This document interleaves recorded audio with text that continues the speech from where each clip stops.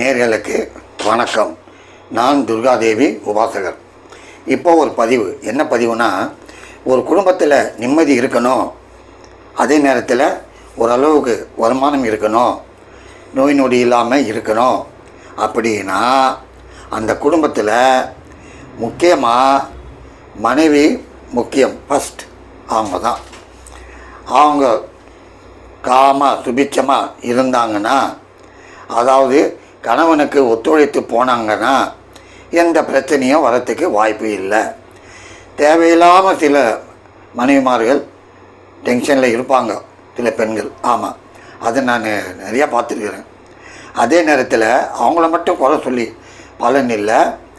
அவங்களுக்கு அமையும் கணவனும் இருக்கணும்.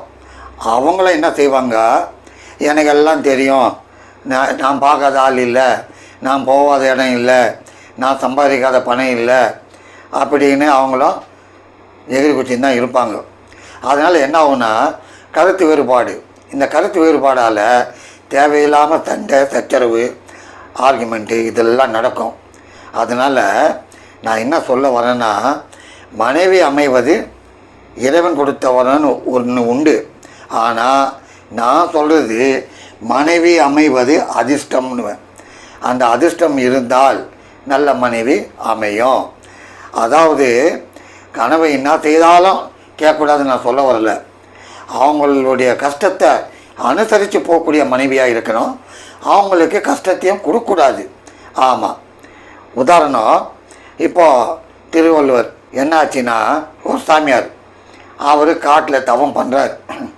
அவர் தவம் பண்ணிவிட்டு தனக்கு ஒரு சக்தி வந்துச்சு தெரிஞ்சுக்கினார். அப்போ என்ன ஆகுது, ஒரு கொக்கு மரத்து மேலே உக்காந்துருக்கு போல இருக்குது. அந்த கொக்கு எச்சம் போட்டுச்சு அவர் மேலே. உடனே அவர் கோவம் வந்து அப்படி பார்த்தார். பார்த்த உடனே அந்த கொக்கு பஸ்பமாயிடுச்சு. ஆஹா, நமக்கு சக்தி வந்துச்சு அப்படின்னு இருமாப்பா வந்தார். வந்த உடனே திருவள்ளுவர் வீட்டாண்ட வந்து நிற்கிறார். நின்று அம்மா பிச்சம் அப்படின்றார். அப்போ இந்த அம்மா அவருக்கு பணிவிடை செய்து நிறுகிறாங்க. சாப்பாடு என்னமோ போட்டு நிறுகிறாங்க ஏதோ. அந்த நேரத்தில் இவர் நின்று 4 தடவை குரல் கொடுக்குறாரு.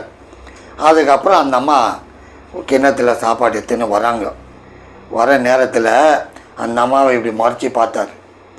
உடனே அந்த அம்மா சொல்லுது, கொக்கென்று நினைத்தாயா கொங்கனவா. அசந்து போயிட்டான் அந்த ஆள். என்னடா இது, காட்டில் நம்ம பார்த்தது இந்த அம்மாவுக்கு தெரிஞ்சு போச்ச. காரணம், கணவனுக்கு அந்த அளவுக்கு பணிவிட. ஆமாம், அதுவே ஒரு பெரிய பாக்கியம், அதுவே பெரிய சக்தி. ஆமாம், அந்த மாதிரி கணவனுக்கு அடங்கி போகணும் அப்படின்னா அவங்களுக்கு தேவையானதை செய்யுங்க. டேபிள் மேலே இருக்குது, டைனிங் டேபிளில் போட்டு சாப்பிட்டு டைம் ஆகுது, நானும் வேலைக்கு போகணும், ஓகே பாய் அப்படின்னு ஓடுறவங்களும் உண்டு. காலம் அந்த மாதிரி ஆகிப்போச்சு. அந்த காலத்தில் படிப்பு வேறு, அந்த காலத்தில் ஸ்கூல் ஃபீஸ் வேறு, எல்லாமே அந்த காலத்து கதை வேறு. ஆமாம், இப்போ எத்தனை ஜாயின் பண்ணணுன்னாவே கையிலெல்லாம் நிறைய பணம் இருக்கணும். அந்த மாதிரி ஆனதுனால பரபரப்பு டென்ஷன்.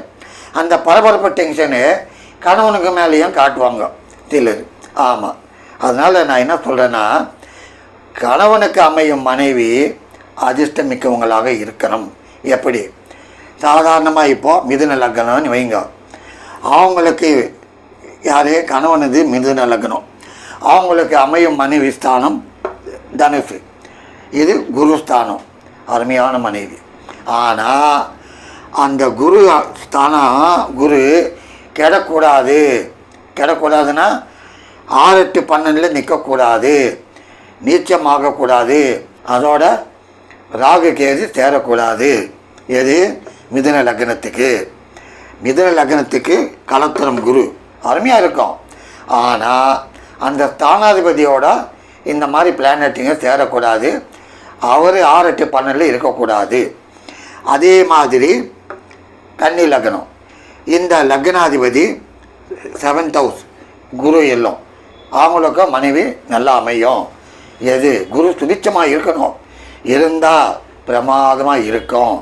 அந்த குரு ராகு கேது செவ்வாய் சேர்ந்தோ இல்லைன்னா சனியோடு சேர்ந்தோ 6 8 12 இருந்தாலோ தீர்ந்தது கதை. ஆமாம், நீ ஒன்றுனா அவங்க 4 போவாங்க. அந்த மாதிரி குரு முக்கியமானது. ஒரு ஜாதகத்தில் குரு இம்பார்ட்டன்ட். கணவனுடைய ஜாதகத்தில் மனைவி அமைவது. ஆமாம், கேரண்டியாக சொல்லுவேன் அதை நான். அதே மாதிரி இப்போது இந்த மீன லக்னம்னு எடுங்க, இங்கே தனுசு லக்னம்னு எடுங்க.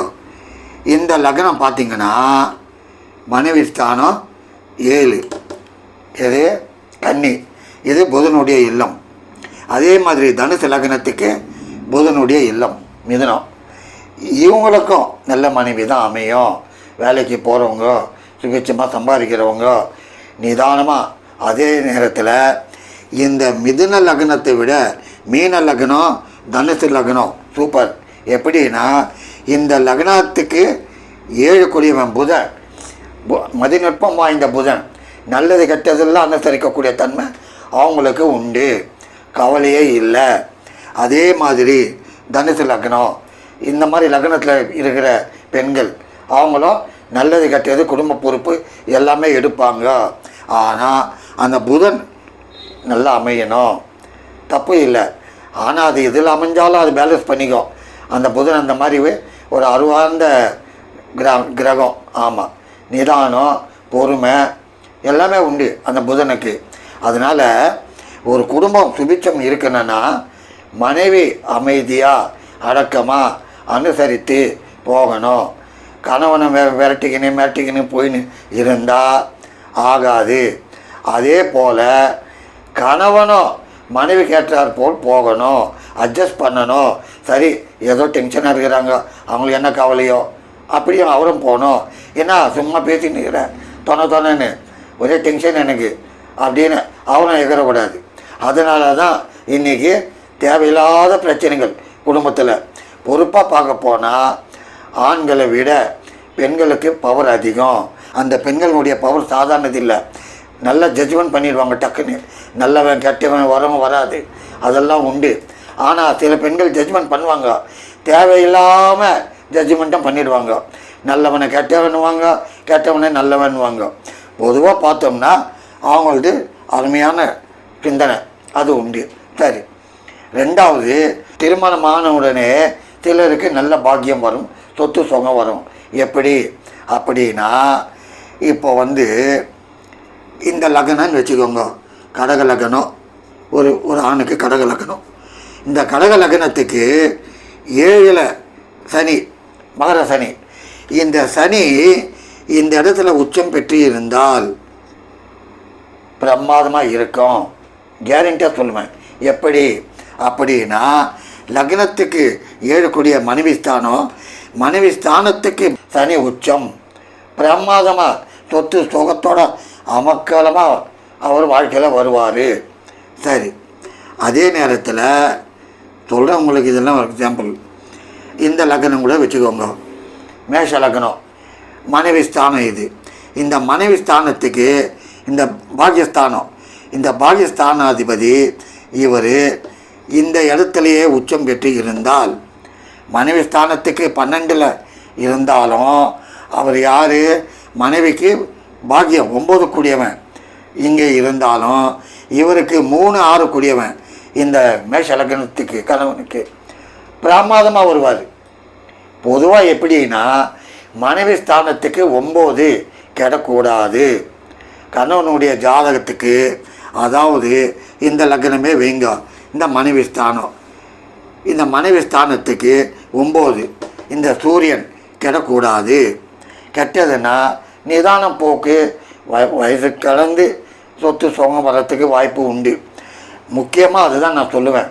கணவனுடைய ஜாதகத்துக்கு மனைவி ஸ்தானம் 7க்கு, முக்கியமாக மனைவி ஸ்தானம் 7க்கு 2 7 9 11 எது கணவனுடைய லக்னத்துக்கு 7 மனைவி ஸ்தானம். இந்த மனைவி ஸ்தானத்துக்கு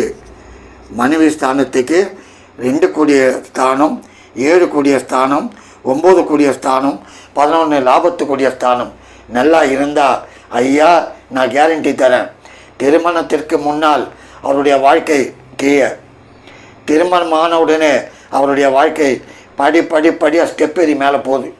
கேரண்டியாக சொல்லலாம். உங்கள் ஜாதகம் இருந்தாலும் நீங்கள் பாருங்கள், கவலையே இல்லை. ஒன்றே ஒன்று என்னென்னா, மனைவி ஸ்தானத்துக்கு அந்த லக்னத்துக்கு 2ல் செவ்வாய் இருக்கக்கூடாது, 2ல் சூரியன் இருக்கக்கூடாது, அதே நேரத்தில் சனி இருக்கக்கூடாது, ராகு கேது இருக்கக்கூடாது. சைனஸ்தானம் சொல்லக்கூடிய அவங்களுடைய ஸ்தானத்துக்கு 12 சைனஸ்தானம். அந்த சைனஸ்தானம் தான் கணவன் மனைவி அன்பை காட்டக்கூடிய ஒரு இடம். அந்த இடத்துலையும் சூரியன், செவ்வாய், சனி, கேது, ராகு இருக்கக்கூடாது. இதெல்லாம் இல்லாமல் இருந்தால் மனைவி அவருக்கு அமைஞ்சது பெரிய அதிர்ஷ்டம். ஆமாம். நன்றி, வணக்கம்.